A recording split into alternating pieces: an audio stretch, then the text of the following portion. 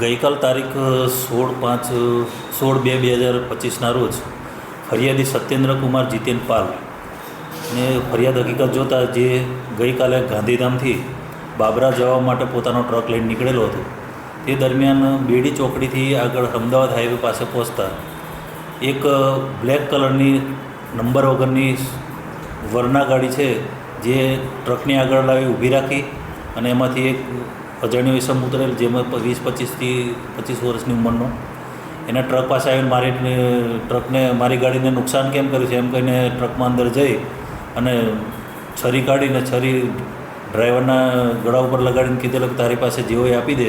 પછી તેવું કરે એના ખિસ્સામાંથી કંઈ મળેલું નહીં. તે દરમિયાન આરોપીએ એનો મોબાઈલ લીધેલો. મોબાઈલની અંદર જોતા તો એના ગૂગલમાં 16,200 રૂપિયા હોય, જેથી આરોપીએ ગાડીને સાઈડમાં કરી એનો ટ્રક ઊભો રાખી એની ગાડીની ચાવી લઈ અને ડ્રાઈવરને પોતાની ગાડીમાં બેસાડી અને રાજકોટમાં 1.5 કલાક જેવું અલગ અલગ ગોળ ગોળ ફેરવતો રહ્યો. ત્યારબાદ એને સંત કબીર રોડ ઉપર નકળંગ ડેરી છે તેની પાસે જઈ અને પોતે વાત કરેલ કે મારે તાત્કાલિક રોકડા રૂપિયાની જરૂર છે, તો હું તમને ગૂગલ પે કરું તો મને તમે પૈસા આપો. જેથી એને ડેરીવાળાને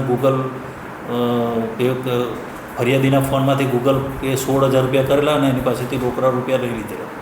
ત્યારબાદ ફરિયાદીને લઈ અને ફરી થોડો આગળ ફરીને ગાડીમાં એને માર મારી અને ફરી પાછો ગાડી એના ટ્રક પાસે લાવીને કીધેલું કે જો આ વાત કોઈને જણાવી છે તો હું તને જાનથી મારી નાખીશ ને તને જીવવા નહીં દઉં જેવી વાત કરેલી. ત્યારબાદ આરોપી એને ટ્રક પાસે એની ચાવી આપીને એને છોડીને જતો રહેલો છે.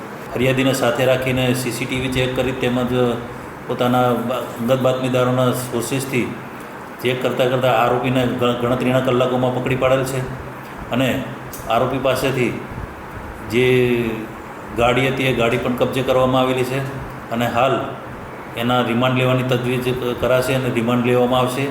તેમજ આગળની તપાસ છે JR સોલંકી PSI સ્ટાફ ચલાવી રહ્યા છે અને હાલ આરોપી અજાણ્યા સમયે તો આરોપીની ઓળખ પર પણ કરવામાં આવશે.